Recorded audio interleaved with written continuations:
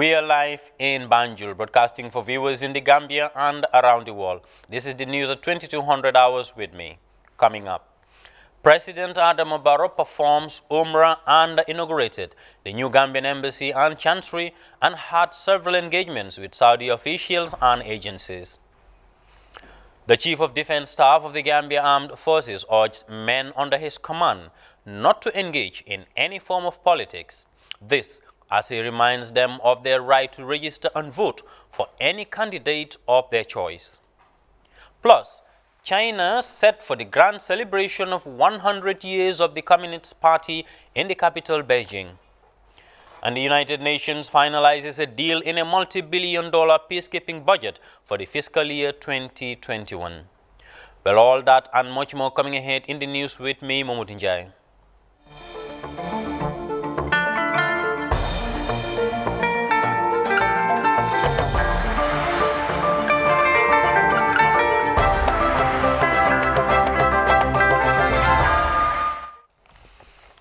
The President, His Excellency Adama Barrow, on Tuesday concluded a 7-day state visit to the Holy Kingdom of Saudi Arabia, where he performed Umrah and inaugurated the new Gambian embassy and chancellery.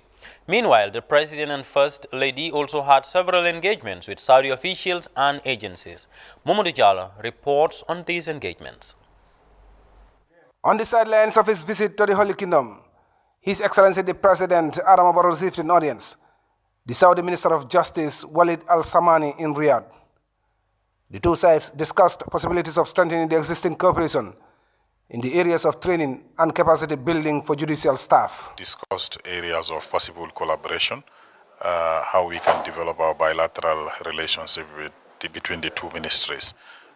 Some interesting areas of training and other capacity building issues have been discussed, and the minister is very positive, and they are willing and ready, under the direction of the King himself, His Royal Highness, to work closely with the Gambia and give us all the support in the area of justice and judiciary that we need.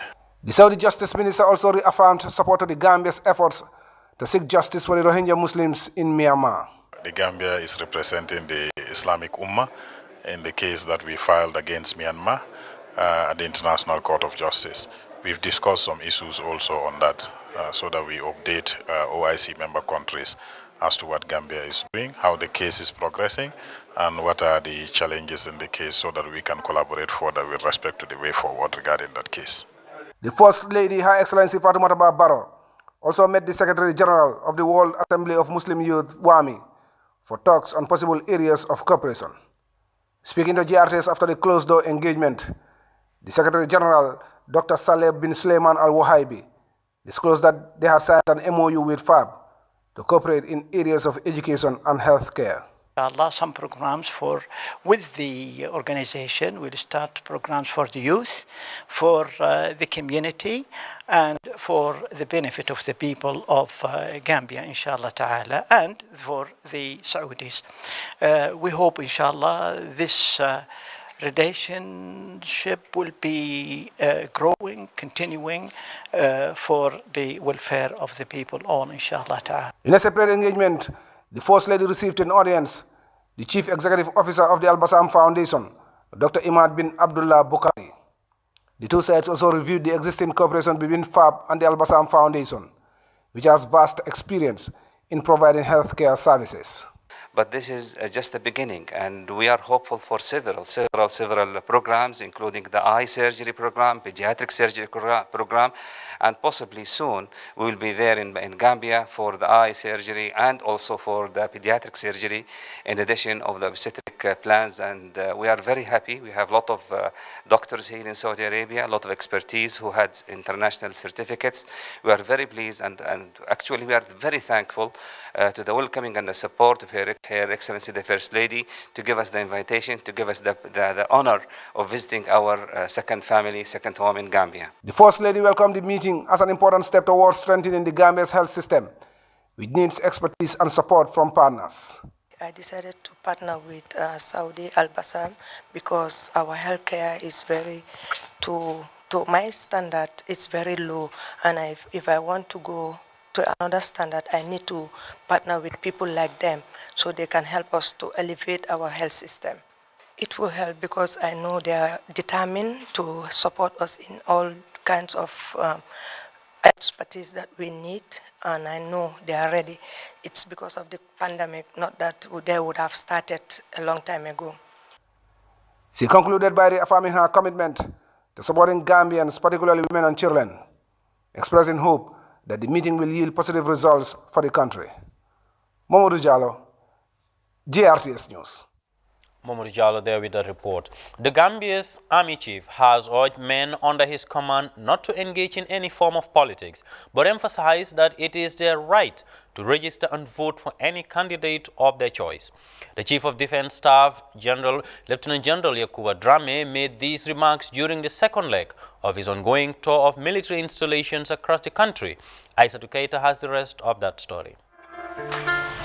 It is the third day into the second leg of the CDS Ramesh tour, which is now into the West Coast region. Same format, similar but diverse messages to the men and women in khaki, as the top army chief aims to make the Gambia Armed Forces a professional force to be reckoned in the sub-region. As elections inch closer, one important issue highlighted by the CDS was for the military to desist from politics. As serving members of the armed forces, we should not engage ourselves in politics. If we do so, we are going to contradict what we stand for in terms of ethics and standards in the military. Military all over the world, they are not active or passive, wrong, active in their engagement in politics. When you do that, then you are going to compromise your neutrality. If you do that, then you jeopardize our standing as an independent institution. It is a right to have a voter's card and vote, but involvement into politics is not condoned in the army, he added. The involvement of the military in politics, the CDS went on, could be a recipe for division and tribalism which might pollute the working environment. When the time is right, you can vote for any National Assembly members. That's your right. The armed forces will not tell you what to do and what not to do. But what we cannot do, be part of a political wagon or join in a campaigning trail. That is going to contradict what we stand for as an institution. And that would put the image of the armed forces on the big question mark.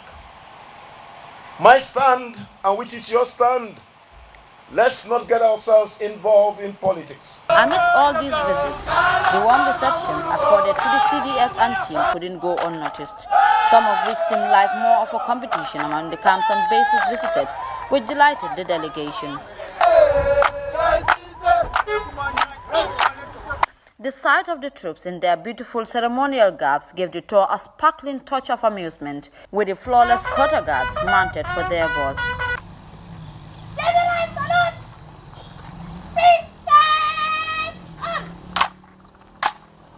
From the slope arm, the prism arm, and the hold, this performance by the soldiers demonstrates their mettle in the different military drills, much to the satisfaction of the High Command. This signifies the satisfaction of his men as they came face to face with their boss. Well-timed, exciting and thought-provoking, this is a critical first step by the Gambia's top military chief to rebuild trust and confidence in the army, which is in line with the ongoing security sector reforms. For GRTS News, this is Aissatou Keita.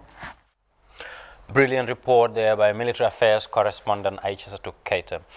The Ministry of Fisheries, Water Resources and National Assembly Matters has received 4 automatic weather stations from the European Union through the United Nations World Food Programme. The presentation is expected to enhance the timely and accurate sharing of weather and climate information in the Gambia.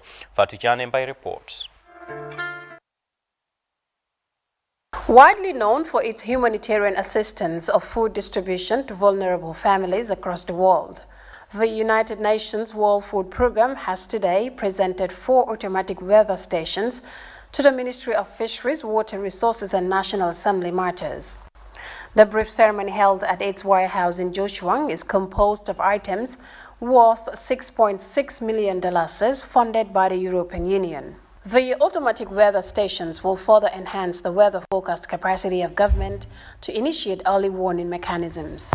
Yasuhiro Sumura is the country representative for the World Food Programme in the Gambia. He said that the Gambia is vulnerable to seasonal shocks and natural disasters aggravated by climate change effects, such as floods, windstorm, irregular rainfall patterns, amongst others. This, over the years, has impacted negatively on people's lives and livelihoods. The disasters and shocks affect people's lives and people's livelihoods, damaging their assets and farmlands, deteriorating, in the end, the food security, and increasing malnutrition in the short term and in the long term. Managing these disasters and shocks and building the resilience of households, communities, and the country is the key in our efforts to achieve the zero hunger. Any country should invest in disaster risk management, which consists of monitoring disaster risks and disseminating early warning, being well prepared towards disasters, and responding timely and effectively to disasters. Mr. Sumura also spoke on the work of the WFP in the Gambia and new initiatives to diversify their developmental approach. We are here to reach the poorest people, those who had lost their houses and assets due to floods and windstorms, hungry children attending schools, malnourished mothers and children with food assistance. WFP has always been with the people of the Gambia through its food aid for more than 50 years, since 1970. Over those years, things have changed. The country has changed, and the role of WFP is also changing. We are more focusing our efforts to help the government and people of the Gambia in putting in place a sustainable system to safeguard its own food and nutrition security, which is the second goal of the Sustainable Development Goal, zero hunger. James Gomez, the Minister of Fisheries, Water Resources and National Assembly Matters, thanked the World Food Programme for the support. Minister Gomez went on to say that part of his ministry's mission is to provide timely and accurate weather and climate information to the public to safeguard the population, thereby promoting food security. The Minister of Fisheries, Water Resources and National Assembly Matters has been strengthening its ability to monitor and forecast weather and climate over a number of years, and have successfully released regular weather forecasts, early warning bulletins, and has set up listening groups throughout the Gambia so that Gambian farmers and citizens receive more timely and accurate weather information. These 4 additional weather stations would be located across the country, namely in Karawan, Janjambure, Basse, and Ginoy. My ministry will be able to increase the accuracy of our forecast and monitoring, making Gambia safer and better informed. With timely information, lives can be saved and farmers' yield expected to be maximized. The importance of providing this timely and accurate information is critical for all Gambians, so that crops are planted at the appropriate time to prepare for heavy rains and drought, as well as to manage high temperature and humidity that can cause harm to the most vulnerable. The automatic weather stations will be located across the country, namely in Karawan, Janjambure, Basse, and Ginoy. The stations are expected to play a crucial role in monitoring and forecasting timely weather and climate information in the Gambia. Reporting for GRTS News, I am Fatu Janembai. Imam Buhari Center for Islamic Studies and the Humanitarian Foundation recently inaugurated a borehole at Ker Ardo in North Bank region. Khadija Tujalo witnessed this inauguration ceremony, and this is her report. من ثنيات الوداع البدر علينا من ثنيات الوداع. Officials of Imam Buhari traveled to the North Bank region to present gifts to school-going children as well as inaugurate a solar-powered borehole the organization constructed for the community of Ker Ardo. Villagers, including Alkali Salif Jallo, expressed gratitude to the humanitarian body for the development, a move they said will address their water needs. I just don't know what word I should use to express my happiness for Ker Ardo village to have one of the basic human needs, one of the basic human lives, that is water. No human being can survive without water. And this was a very long time problem. But Imam Buhari came to rescue us. The President, Imam Buhari, Muhammad Ibrahim Sisi, and PRO Babu Njai hailed their partners, among them Resala Foundation, for supporting their intervention projects. This is what every alkali is yearning for his village. This is part of development, and development is coming in Ker Ardo. So we thank Imam Buhari Center for Islamic Study and all those who supported Imam Buhari, especially Resela and other foundations that normally stand on our side to help us to achieve our aims. This intervention at Ker Ardo is the latest among a host of activities by Imam Buhari geared towards improving lives and livelihoods. And what we normally advise is, when you are given this type of projects, make sure that you take care of it. Imam Buhari will not have time to come back here to carry any maintenance, because we have so many projects to carry out. Khadija Tujalo, reporting for GRTS News.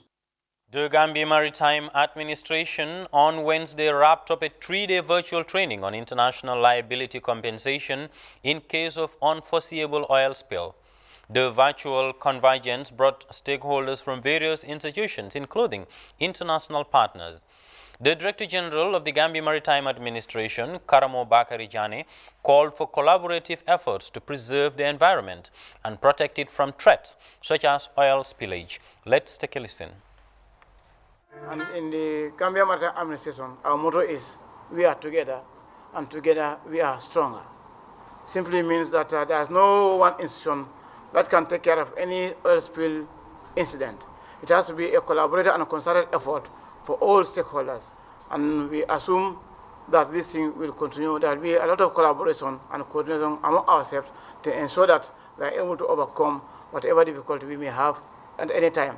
Although we do not pray for it, but it could likely occur, especially when we start exporting oil here and there. But so the best thing for us is to you build the capacity before it happens. Then you get prepared, and forever we shall be together as one. And in the Gambia Maritime Administration, our motto is, we are together, and together we are stronger. Simply means that there is no one institution that can take care of any oil spill incident. It has to be a collaborative and a concerted effort for all stakeholders, and we assume that this thing will continue. There will be a lot of collaboration and coordination among ourselves to ensure that we are able to overcome whatever difficulty we may have at any time. Although we do not pray for it, but it could likely occur, especially when we start. Director General of the Gambia Maritime Administration there, Karamo Bakari Jane, talking to GRTS.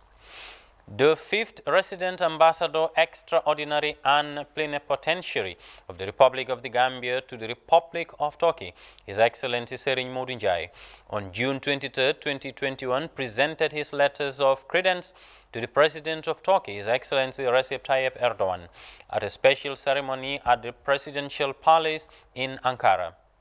Following presentation of his credence, Ambassador Njie conveyed fraternal best wishes from the President of the Republic of the Gambia, His Excellency Adama Barrow, to the Turkish President, His Excellency Recep Tayyip Erdogan, the government and people of Turkey.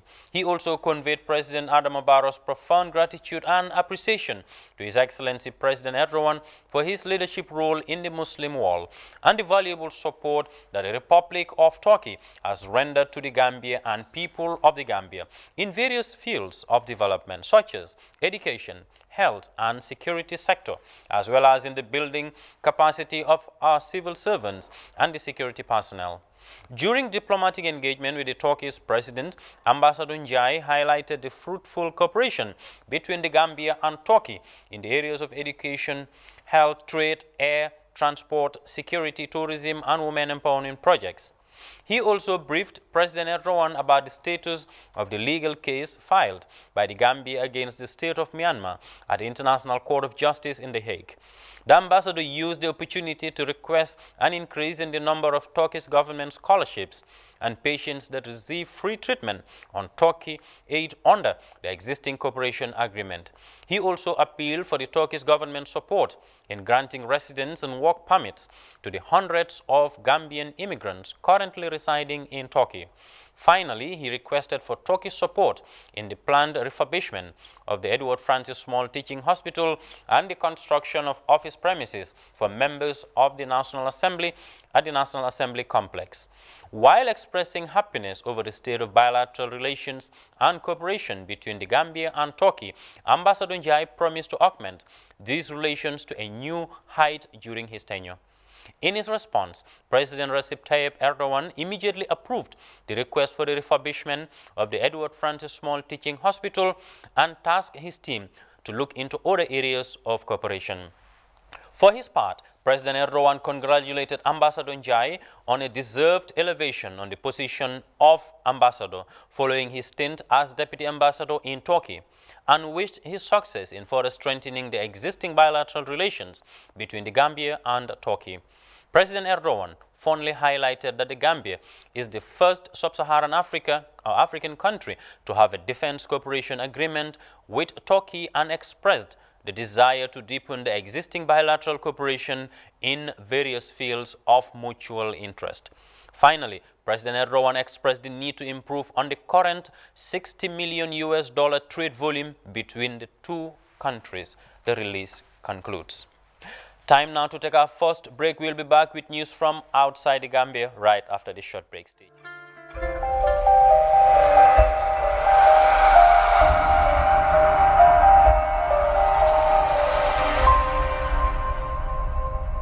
Welcome back. Now, a shutdown on the UN's global peace missions in the world could have gratefully impacted the maintenance of peace and security in Africa. CGTN brings us a perspective from the Democratic Republic of Congo. The situation in the east of the DRC. Rebel attacks have left hundreds of people dead in Ituri and North Kivu province since the beginning of the year, in helping the DRC army protect residents. But they have had to reduce their troop numbers due to funding shortfalls over the years. We are also under pressure to reduce our budget, so we do need to prioritize the areas where we feel like we can make the most difference. That doesn't mean that the places that we leave are completely stable or are perfectly peaceful. It means that we assess that they reached a level of stability that can be handled by the Congolese authorities. The UN recently sought a new budget of $6 billion to run its peacekeeping missions worldwide from July 1st to June 30th next year. It warned of a possible shutdown of its missions if the money was not approved soon. But UN member states have passed the budget in the nick of time. That means the UN peacekeeping mission in the DRC, known as MONUSCO, one of the largest in the world, can continue to operate. But the mission recently came under sharp criticism for failing to protect civilians from rebel attacks in eastern DRC. It has been a waste having this mission in the DRC. It has been a waste of resources that the United Nations could have been utilized differently. You may know that the mission has been in this country for more than 2 decades, and they have been financed extremely, almost in every domain. They have gotten the money to do whatever the mission was supposed to be in Congo. But unfortunately, the result has not been there. For many Congolese, the mission has overstayed its welcome.